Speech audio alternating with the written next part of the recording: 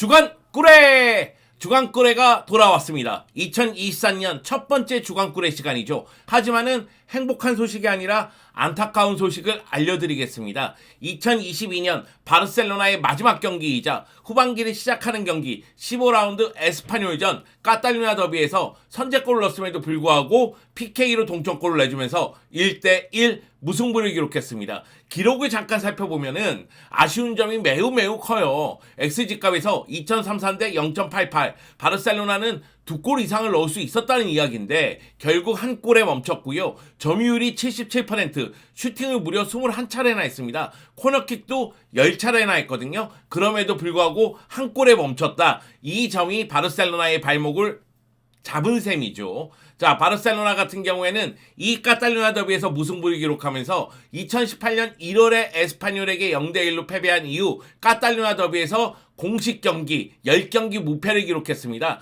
5승 5무를 기록했죠. 다만 아쉬운 점은 지난 시즌에 이어서 올 시즌도 카탈루냐 더비에서 무승부를 기록하면서 카탈루냐 더비 2경기 연속으로 무승부를 기록했다는 점이고요. 자, 바르셀로나는 레알 마드리드하고 승점이 같아졌습니다. 1위 경쟁이 그만큼 더 치열해졌다. 이렇게 보면 되겠고요. 에스파뇰 같은 경우에는 깜누에서 펼쳐진 카탈루냐 더비에서 승점 1점을 획득하면서 승점 13점으로 16위에 위치하고 있습니다. 자, 그러면은 경기 내용으로 들어가시죠. 솔직히 이 경기 라우즈 주심에 대한 이야기를 해야 돼요. 근데 라우즈 주심에 대한 이야기는 잠시 후에 하도록 하고요. 경기 내용부터 말씀을 드리자면 바르셀로나가 시종 일관 경기를 주도했음에도 불구하고 한 골에 멈췄다. 이 얘기를 드려야 되겠습니다. 바르셀로나 같은 경우에는 이 경기에서 4-3-3 포메이션으로 나왔는데 레반도프스키가 오사수나전에서 퇴장을 당했잖아요. 그 퇴장당할 때 나오는 제스처 때문에 3경기 출전 정지 징계를 받았는데 이 부분에 대해서 항소를 했거든요. 그러다 보니까 집행유예가 이루어지면서 이 경기에서 출전할 수 있게 됐어요. 결국 에스파뇰 입장에서는 이 부분에 대해서 강하게 항의하긴 했지만은 레반도프스키가 선발 출전한 경기입니다. 공격 라인에 안스파티, 레반도프스키, 하피냐가 나왔고요. 미드필더 라인에 페드리, 더용, 가비가 나왔습니다. 그리고 백포 라인에 알바, 마르코스 알론소, 크리스텐센, 세르지 로베르토가 나왔고 골키퍼는 테오 슈테겐이었죠. 이 경기는 페드리, 더용, 가비를 앞세워서 중원을 지배하면서 서서히 바르셀로나가 압도하는 경기였고요. 특히 프랭키 더용은 센터백 사이로 내려와서 1차 빌드업을 하면서도 많이 뛰면서 연결고리 역할을 해줬습니다. 페드리도 마찬가지였죠. 물론 일부 팬들이 보기에는 페드리가 패스미스가 좀 있다 보니까 아쉬움이 있긴 있었지만은 그래도 페드리도 윤활유 역할을 굉장히 잘했어요.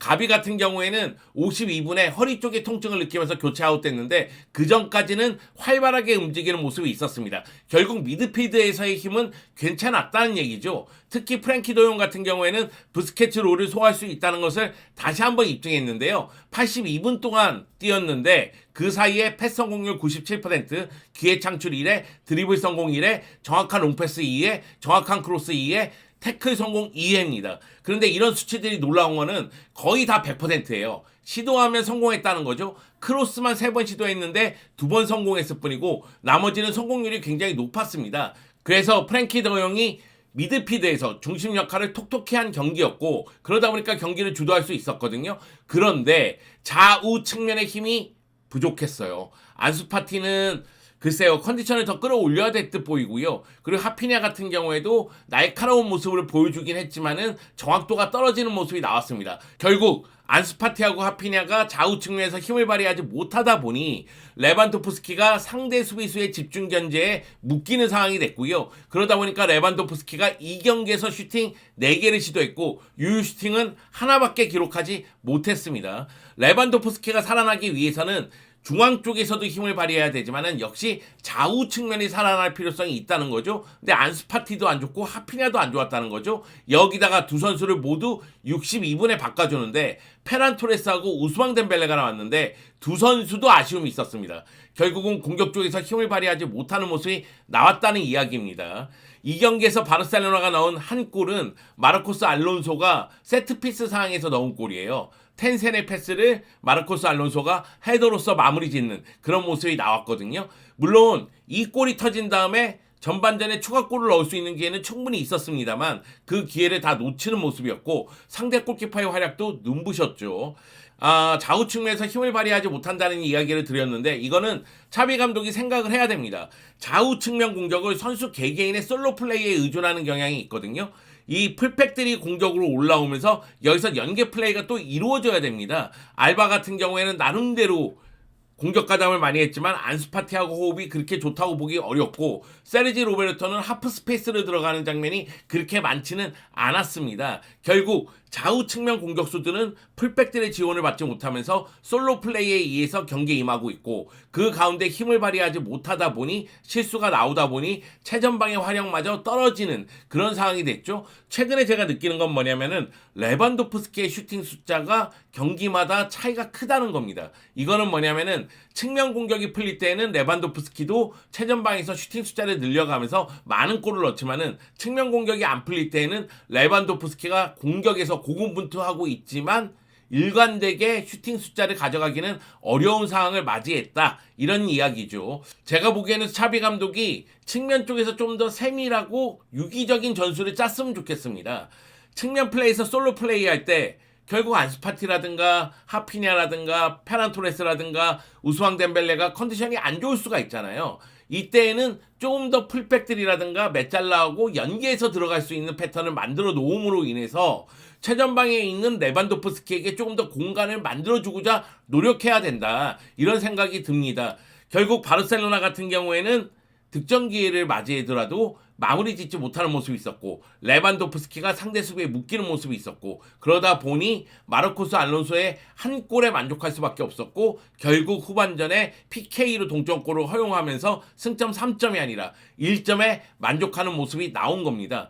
반면에 에스파뇰의 디에고 마르티네스 감독 같은 경우에는 4-2-3-1 포메이션을 가동했지만 사실상 4-5-1 포메이션을 가동하면서 중원부터 거칠게 바르셀로나를 괴롭히는 모습이 있었습니다. 라우즈 주심이 이 경기 전체적으로는 카드를 굉장히 많이 꺼냈지만은 전반전에는 카드 4장을 꺼냈고요. 그중에 에스파뇰 선수가 받은 옐로 카드는 2장에 불과했습니다. 그러니까 에스파뇰이 거칠게 부딪히면서도 나름대로 카드 관리를 했다는 이야기가 되고요. 그리고 미드피더 라인에서 공간을 주지 않으면서 수비 쪽의 숫자를 늘려가는 방향으로 인해서 선수비 후역습 전술을 구사했는데 이것이 나름대로 효과를 봤습니다. 물론 호셀루의 신장을 이용한 좌우 측면 공격이 살아나야지만 에스파뇰도 득점력을 과시할 수 있는데요. 그런 장면이 많지는 않았어요. 브레이스웨이트라든가 니코 멜라메드가 많이 뛰기는 했지만은 호셀루에게 정확한 패스를 연결하기란 상당히 어려웠거든요. 그러다 보니까 호셀루도 이 경기에서 슈팅은 2개밖에 하지 못했는데 그래도 호셀루가 결국은 PK를 얻어냈고요. 그 가운데 호셀루가 마무리 지으면서 리그 8호 골, 해결사 역할을 톡톡히 하는 모습이 나왔습니다. 호셀루의 골이 들어간 다음부터는 에스파뇰은 이제 수비에 완전히 집중을 하면서 더 이상 실점하지 않는 방향으로 갔었죠. 에스파뇰의 선수 교체 명단을 좀 보더라도 쉽게 알 수가 있습니다. 전반 최근에 마르코스 알론소에게 실점한 다음부터 수비 쪽에 집중하면서 역습 위주로 경기를 전개를 했고 그 가운데 57분에 니코 멜라메드를 빼고 하비 푸아도를 투입시키면서 측면 공격에 변화를 주고요. 그리고 칼레로를 빼고 에드 엑스포시토를 투입하면서 미드필더의 기동력을 좀 더 높입니다. 그 가운데 73분에 호셀루가 동점골을 넣게 되는 거죠. 그 다음부터는 시간도 보내고 수비를 강화하는 방향으로 선수 교체를 단행합니다. 특히 이제 82분에는 시간을 보낸다는 개념이 있었거든요. 그러면서 좌우 측면 수비수들을 모두 바꿔주면서 수비에 집중하는 모습이 나왔습니다. 경기 후 양팀 감독의 인터뷰를 보면은 이 경기가 어떤 분위기였는지 쉽게 알 수가 있습니다. 바르셀로나의 차비 에르난데스 감독 같은 경우에는 어떤 종류의 변명도 필요 없다. 이렇게 아슬아슬한 경기에서는 기회가 있을 때 골을 넣었어야 된다. 우리는 최선의 방법으로 2022년을 마무리하지 못했다. 선두를 차지했지만은 마드리드하고는 승점이 동률인 상태고 우리는 승점 2점을 잃었다고 이야기를 했습니다. 그러면서 이 경기의 이슈인 라우즈 주심에 대한 질문에 대해서는 라우즈 심판은 차분한 주심이어야 했지만 오늘은 카드를 가지고 통제력을 잃었다. 나는 그를 탓하지 않는다. 무승부는 우리의 잘못이다. 이런 식으로 인터뷰를 했죠. 물론 이제 마르카우의 인터뷰를 봤을 때에는 라우즈 주심을 비판하기도 했습니다. 에스파뇰의 디에고 마르티네스 감독은 저는 제 선수들이 어떻게 경쟁하는지 확인했고 그들을 매우 자랑스럽게 생각하고 있으며 이 클럽의 DNA를 보여줬다고 생각한다. 그 말은 경기 결과가 만족스럽다. 경기 내용이 만족스럽다는 이야기죠. 특히 알바로 페르난데스 골키퍼의 활약에 매우 기쁘다. 그는 휴식 후에 자신감을 갖고 경기에 임했다. 사실 이 경기는 알바로 페르난데스 골키퍼의 엄청난 선방이 없었다면 바르셀로나가 승리할 수도 있는 경기였어요. 결국은 알바로 페르난데스 골키퍼의 활약에 힘입어서 한 골밖에 실점하지 않았다는 이야기입니다. 그리고 라우주 주심에 대한 이야기에 대해서 라우주 주심을 칭찬하는 이야기를 했습니다. 저는 심판에 대해 말하지 않을 권리가 있다. 파울이 거의 없었고 긴장감이 넘치는 경기였으며 그는 세계 최고의 심판 중 한 명이다. 이렇게 이야기를 했습니다. 과연 그럴까요? 라우주 주심은 이 경기에서 옐로 카드를 몇 장이나 꺼냈을까요? 라우주 주심에 대한 이야기를 해보죠. 사실 월드컵 기간에도 마테오 라우주 주심은 이슈의 대상이었습니다. 마테오 라우주 주심이 2022 카타르 월드컵 8강전 아르헨티나와 네덜란드 경기 주심이었고 그 경기는 선수들끼리 충돌하는 장면이 굉장히 많았죠. 그러면서 옐로 카드 18장, 레드 카드 1장이 나왔습니다. 월드컵 역사상 가장 많은 카드가 나온 경기가 됐죠. 라우주 주심은 사실 자신의 판정에 대해서 항의하는 부분, 그 부분에 옐로 카드를 지체 없이 꺼내는 주심으로 유명합니다. 그렇지만은 조금 더 과거를 돌아보면 이 주심이 1977년생으로 2008년부터 라리가 주심을 받으니까 약 15년 동안 라리가 주심을 받는데 이 15년 동안의 전체적인 평판은 경기에 대한 영향력이 큰 심판이다.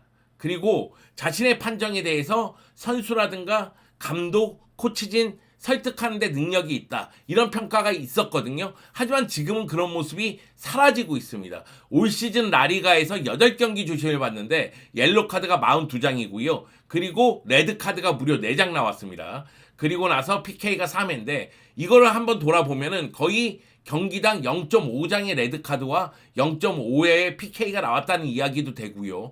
그리고 경기마다 차이는 있겠지만은 어떤 경기에서는 옐로 카드를 너무 많이 꺼내고 어떤 경기에서는 옐로 카드를 거의 꺼내지 않는다는 이야기가 됩니다. 그런데 카타르 월드컵 8강전 아르헨티나 네덜란드전에서는 경기를 자신이 컨트롤하지 못하다 보니 옐로 카드를 너무 많이 꺼내는 모습이 있었거든요. 근데 카탈루냐 더비에서도 옐로 카드 16장 그리고 레드 카드 2장이 나왔습니다. 이전 라리가 최다 카드가 나온 경기가 2019년 세비야와 아틀레티코 마드리드 경기였는데 이 경기에서는 옐로 카드 12장이거든요. 그런데 카탈루냐 더비에서 옐로 카드 16장이 나왔어요. 그리고 16장 중에서 11장은 73분 이후에 줄줄이 나왔습니다. 제가 말씀드리지 않았습니까? 전반전에 옐로카드 4장, 특히 이제 바르셀로나 2장, 에스파뇰 2장 이렇게 멈췄는데 73분 이후에 무려 11장이 나왔거든요. 저는 PK 장면은 제대로 봤다고 생각을 해요. 마르코스 알론소가 호셀로의 뒤꿈치를 밟았나? 그러면서 축구화가 벗겨지는 장면이기 때문에 PK 장면은 오심이라고 생각하지는 않아요. 그런데 조르디 알바가 퇴장당하는 장면, 옐로 카드를 4분 사이에 2장 받거든요. 한 장은 상대 선수를 모욕해서 받았고 다른 한 장은 주심의 판정에 대해서 뭐라고 얘기해서 받았다고 하는데 사실 세르지 로베르토라든가 알바 같은 경우에는 아마도 라우주 주심이 자기가 옐로 카드를 받은 것을 까먹은 것 같다 이런 이야기를 했습니다. 왜냐하면은 알바가 두 번째 옐로 카드를 받을 때 호셀로하고 텐센이 높이 경쟁을 하는데 호셀로 위로 텐센이 뛰었거든요. 그래서 알바가 호셀로가 크리스텐센을 위한 침대를 준비했다 이렇게 이야기를 했는데 이 부분에 대해서 바로 옐로카드가 나온 거예요. 그리고 나서 옐로카드 2장이니까 퇴장이 나왔겠죠. 이 부분을 계속해서 알바하고 세르지 로베르토는 라우주 주심이 알바가 옐로카드 1장을 이미 받았다는 사실을 간과한 것이 분명하다 이런 식으로 이야기를 했습니다. 그리고 80분에 비니시우스 수자가 옐로카드 2장 받고 퇴장당하거든요. 비니시우스 수자는 팔꿈치를 썼으니까. 근데 카브레라 같은 경우에도 레드카드를 받았다가 VAR로 레드카드가 취소가 돼요. 근데 이 레드카드가 취소되는 과정을 면면히 봤을 때 레반도프스키가 쓰러졌을 때 비니시우스 수자가 발로 머리를 받는 듯한 동작이었거든요. 근데 이건 위험한 행위잖아요. 그래서 사실은 옐로 카드가 나왔어야 됩니다. 그러면은 옐로 카드 2장으로 카브레라도 퇴장인데 그러지 않았다는 거죠. 여기에 벤치에 있었던 하피냐, 아르테우, 차비 감독 모두 옐로 카드를 받았어요. 그러니까 바르셀로나는 8장의 옐로 카드를 받았는데 안수파티의 옐로 카드 한 장 빼고는 나머지는 심판에 대한 항의, 상대 선수에 대한 모욕 이런 부분 때문에 옐로 카드를 받았다는 거예요. 이게 말이 됩니까? 이게 대체 어느 나라의 판정입니까? 제가 여러 번 얘기하지 않습니까? 심판의 판정에 대해서 항의하는 부분, 그 부분에 대해서 강하게 대처할 필요성은 있다. 근데 이렇게 무턱대고 옐로 카드를 마구 꺼내면은 옐로 카드의 효용성이 떨어진다. 카드가 필요 없는 거예요. 카드를 마구잡이로 꺼내거든요. 그리고 또 한 가지, 이런 식으로 하면은 이 경기에 대한 관심도도 떨어질 뿐더러 이 경기의 주인공은 주심이 됩니다. 당연하죠. 이 경기에서 옐로 카드 16장, 레드 카드 2장을 꺼냈는데 주심이 주인공이죠. 그리고 경기가 너무 멈춰져요. 경기 보기가 어려워져요. 그리고 이 옐로 카드는 향후 경기들에 다 영향을 미칩니다. 그러니까 라우즈 심판의 칼춤에 의해서 바르셀로나 에스파뇰 이 경기 영향받았죠? 향후 경기들 영향받죠? 그러면은 라리가 순위 판도에 영향을 주죠? 이 모든 게 주심의 어처구니 없는 행동에 의해서 이루어진다는 거예요.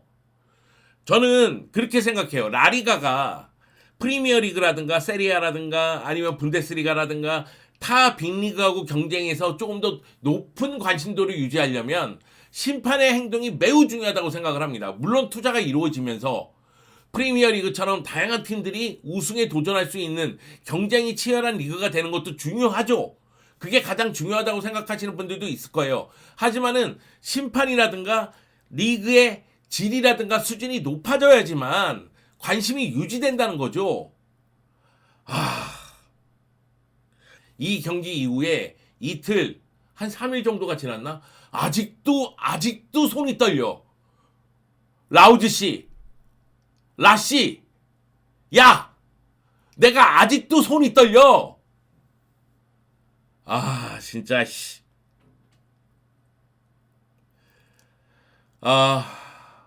마테오 라우즈 주심은 생각을 해야 되고, 이 경기 끝난 다음에 다시 한번 스페인 축구협회도 생각을 해야 됩니다.